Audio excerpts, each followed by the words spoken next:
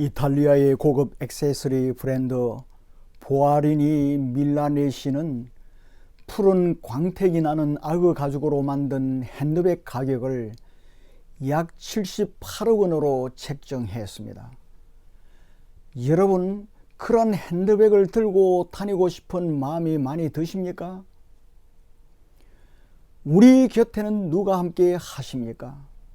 성탄절을 맞이한 우리에게는 임마누엘의 하나님, 우리 주 예수 그리스도께서 함께 하십니다. 삼위 하나님께서 함께 하십니다. 특히 보혜사 성령님께서 늘 우리와 함께 하십니다. 우리는 78억 원짜리 핸드백 정도가 아닙니다. 오늘 우리에게 주신 하나님의 말씀을 우리가 함께 묵상할 때 놀라운 하늘의 역사가 임할 줄을 믿습니다.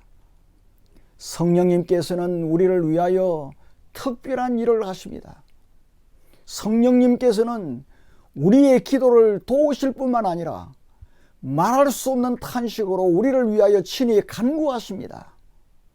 26절에서 이와 같이 성령도 우리의 연약함을 도우시나니 우리는 마땅히 기도할 바를 알지 못하나 오직 성령이 말할 수 없는 탄식으로 우리를 위하여 친히 간구하시느니라라고 말씀하십니다. 성령님은 기도와 관련하여 특별한 일을 하십니다. 우리가 이 세상에서 순례자로 살아가는 동안에 가장 중요한 것이 무엇이겠습니까?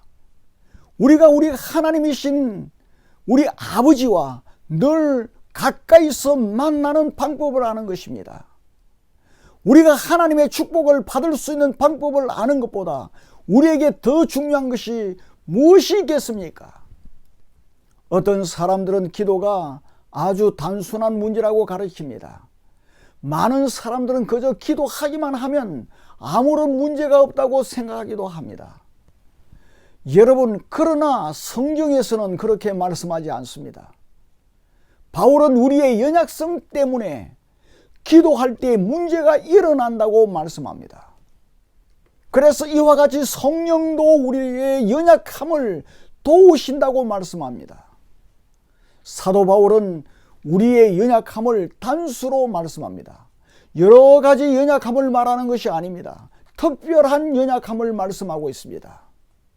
그 특별한 연약함이란 어떤 것입니까? 히브리서 5장 2절에서 그 해답을 찾을 수 있습니다. 히브리서에서는 대제사장의 자질에 대해서 말씀하십니다. 그가 무식하고 미혹된 자를 능히 용납할 수 있는 것은 자기도 연약에 휩싸여 있음이라. 26절에서 말씀하시는 연약은 1차적으로 무식하고 힘이 없는 것을 말합니다. 연약은 그 자체로는 죄가 되지 않습니다. 그러나 우리의 연약함이 우리로 하여금 죄를 짓도록 유도할 수 있습니다. 그 연약함들은 첫사람 아담의 원죄의 결과물들입니다. 왜냐하면 하나님께서 첫 아담을 만드실 때 아담 속에는 연약함들이 없었기 때문입니다. 하나님께서는 아담을 완벽하게 만드셨습니다. 그러나 그 첫 아담이 타락한 이래 세상에 태어나는 모든 사람들은 이 연약에 휩싸이게 되었습니다. 타락의 결과로 연약함인 무능함과 무력함이 있게 된 것입니다. 영적인 연약함이 더 근원적인 문제입니다. 연약함으로 영적인 일을 이해할 능력이 없게 되어버렸습니다. 이 점이 매우 중요합니다. 이 영적인 무식함으로 인해 우리가 신앙생활을 해나가는데 여러 가지 고통을 받게 되었습니다. 비록 우리가 구원을 받았고 우리의 구원이 절대적으로 확실하다는 것을 알고 있다 할지라도 그렇습니다. 우리는 죄와 율법에 대해서 죽었으며 모든 정죄함이 없다 할지라도 우리는 여전히 완벽하지 않습니다. 우리는 여전히 연약함 속에 쌓여 있는 것입니다.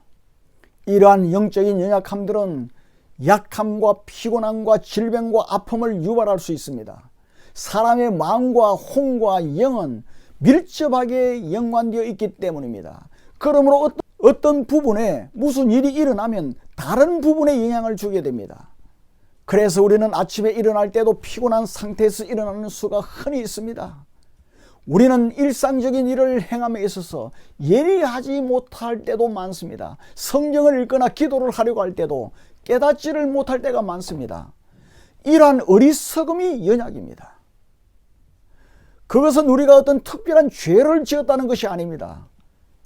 연약한 몸의 상태가 우리의 기능에 영향을 주기 때문입니다. 그뿐만이 아닙니다. 외부에서 일어나는 일이 우리에게 영향을 줍니다. 다른 사람들이 우리를 대적하여 행동하고 우리를 모함할 때도 있습니다. 환경이 마치 우리를 절망적으로 만들려는 듯이 우리를 짓누를 때도 있습니다. 우리는 고민을 하게 되고 그럴 때 어떻게 해야 될지 모를 때가 많습니다. 그 결과로 인하여 우리는 침체가 됩니다. 속으로 탄식을 하게 됩니다. 심지어 성령의 처음 익은 열매를 받은 우리들임에도 불구하고 탄식하게 됩니다. 그래서 장차 올 영광스러운 그날을 기다립니다. 주님 언제 오세요? 하고 울부짖게 되는 것입니다. 그날에 우리는 이 연약한 상태들로부터 구원을 받게 될 것이기 때문입니다. 그러나 지금 이 세상에 살아가는 동안 우리는 여전히 연약한 상태에 있습니다. 우리가 연약하기 때문에 여러 가지 시련들이 우리에게 다가옵니다. 어려운 일이 있습니다. 우리가 시련을 당할 때 더욱더 큰 문제는 우리가 마땅히 빌바를 알지 못한다는 것입니다. 이것은 참으로 중대한 문제입니다. 하나님과 나와의 관계보다 중요한 것이 어디에 있겠습니까? 우리가 하나님께 말할 수 있는 능력과 또한 하나님의 말씀을 들을 수 있는 능력을 가진 것보다 더 중요한 것은 우리들에게 없습니다. 이처럼 중요한 것이 무엇입니까? 기도입니다. 우리의 연약함으로 인해 복잡한 문제가 발생합니다. 그래서 우리가 마땅히 빌바를 알지 못합니다. 우리의 고민은 우리가 마땅히 어떻게 기도해야 할지를 모른다는 데 있습니다. 그래서 성경은 마땅히라고 말씀하고 있습니다. 우리는 어떤 특별한 상태와 조건에서 무엇을 위해서 기도해야 될지 정확하게 알지 못하는 우리들입니다. 그래서 우리는 그때마다 당황합니다. 우리가 시련과 환난과 고통을 당할 때 또한 모든 것이 나를 향해서 공격해 오는 것 같을 때 무엇을 위해 기도해야 할지 정확히 모릅니다. 일할 때 합당하게 기도해야 하는 것을 정확하게 아는 것이 중요합니다. 이 특별한 시점에 있어서 중요한 것은 필요한 것을 위해서 기도하는 것입니다. 이것을 잘 모를 때 잘못 기도할 수 있는 거예요. 우리는 그 특별한 상황을 잘 이해하지 못합니다. 우리에게 최선의 것이 무엇인지 알지 못합니다. 그 결과 우리가 잘못된 것을 위해서 기도할 수 있다는 거예요. 그러한 예가 사도 바울에게도 있었지 않습니까? 사도는 육체 속에 있는 가시 때문에 걱정을 하고 있었습니다. 바울은 사람의 인간적인 생각 차원에서 매우 자연스럽게 행동했습니다.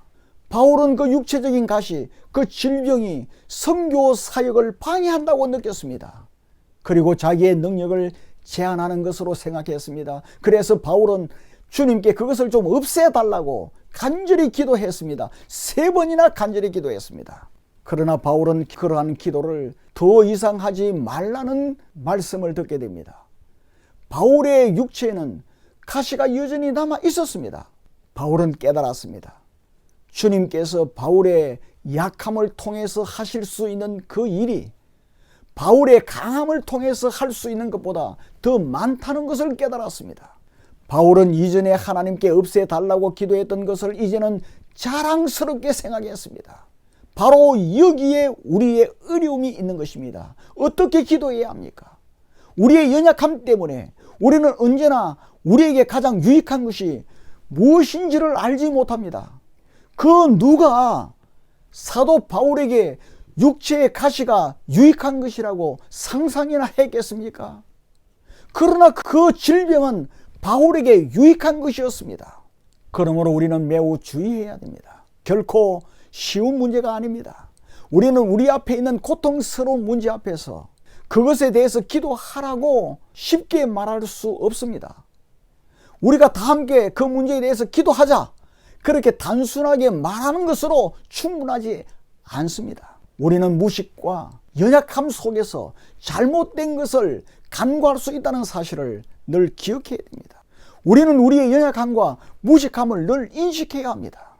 그러므로 우리가 생각 없이 기도하기 시작하기 전에 우리의 연약함을 깨닫도록 해야 합니다.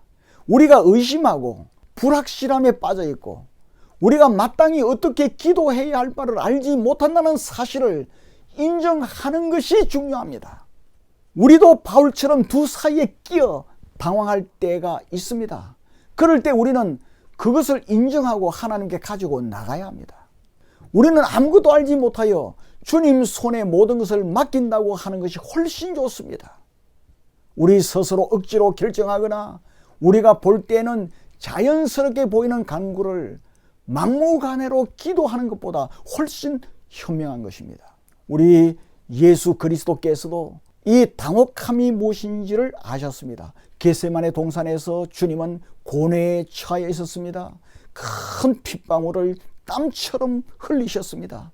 예수님은 이렇게 기도하셨습니다. 아버지여, 할 수만 있거든 이 잔을 내게서 옮기시옵소서. 그러나 내 뜻대로 마옵시고 아버지의 뜻대로 하옵소서.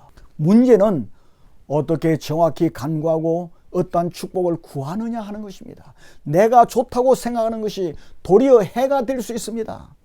우리가 이것저것 위해서 기도하지만 하나님은 다시는 그런 일로 내게 기도하지 말라라고 하시면서 지금 네 은혜가 내게 족하다라고 하실 수 있습니다. 오늘 우리에게 주신 말씀인 로마서 8장 26절에서는 우리에게 이 놀라운 비밀을 우리에게 가르쳐 주십니다. 성령님께서 우리의 연약함을 도우십니다. 이 도우시나니라는 그리스 말은 아주 긴 단어입니다. 이 말은 풍성하고 아주 놀라운 의미를 가지고 있는 단어입니다. 이 돕다라는 이 말은 세 단위의 말로 이루어져 있습니다. 첫 번째 부분은 함께라는 의미입니다. 영어의 심포니입니다. 함께 어울리다, 그러한 의미와 같은 것입니다. 두 번째 말은 극복하다는 말입니다. 세 번째는 무엇을 함께 든다는 말입니다. 이 개념은 두 사람이 서로 극복할 어떤 것을 함께 드는 것을 말합니다. 그것은 한 사람이 옮기고 있는 것을 다른 사람이 와서 함께 들어서 도와주는 것을 말합니다. 어떤 무거운 짐을 들고 가면서 끙끙대는 사람이 있습니다. 곧 주저앉고 넘어질 것 같습니다. 갑자기 어떤 사람이 따라와서는 내가 그 짐을 함께 들어드리지요 라고 말합니다. 이제 그 무거운 짐을 그 사람 혼자서 나르지 않게 되었습니다. 이제는 그들이 함께 그 무거운 짐을 나르게 되었습니다. 이러한 때에 사용되는 말이 수난티 람바네타이라는 말입니다. 이것이 사도가 여기서 사용하는 말의 의미입니다. 하나님의 성령께서 이와 같은 방식으로 우리를 도와주십니다. 한 번은 마르다가 예수님을 자기 집으로 영접하였습니다.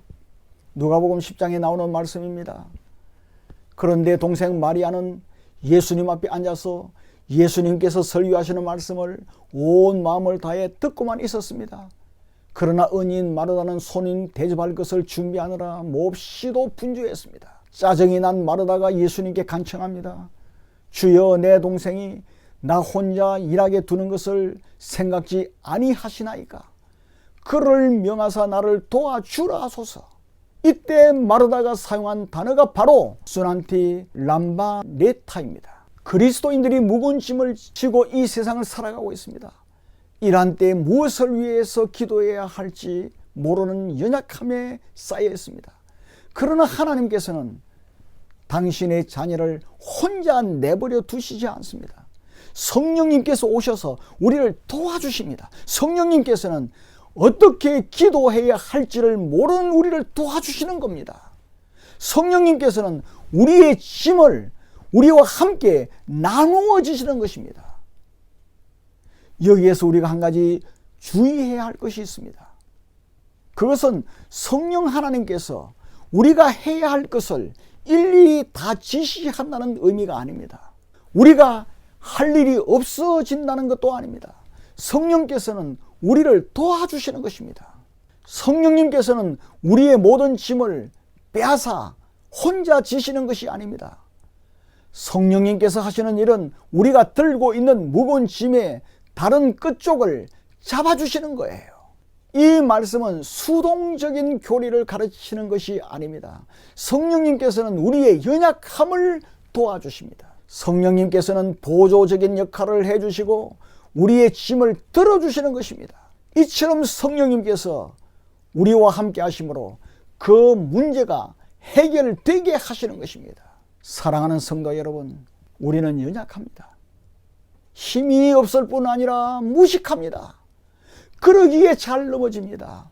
두려워합니다. 미혹을 잘 받습니다. 잘 쏟겨 넘어갑니다.